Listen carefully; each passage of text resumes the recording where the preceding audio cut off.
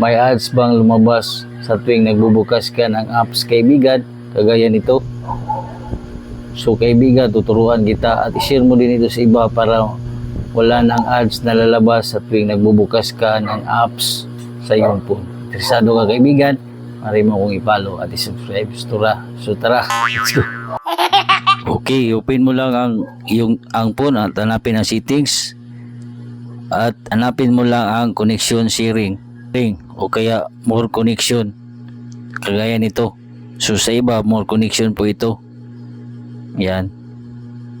So hanapin mo lang itong private DNS, then itap mo itong specify DNS, then itype mo dito ang DNS.adguard.com at isave mo lang ito. So sa ganyang paraan kaibigan, mapipigilan niya ang mga ads na lumalabas sa tuwing nagbubukas ka ng apps.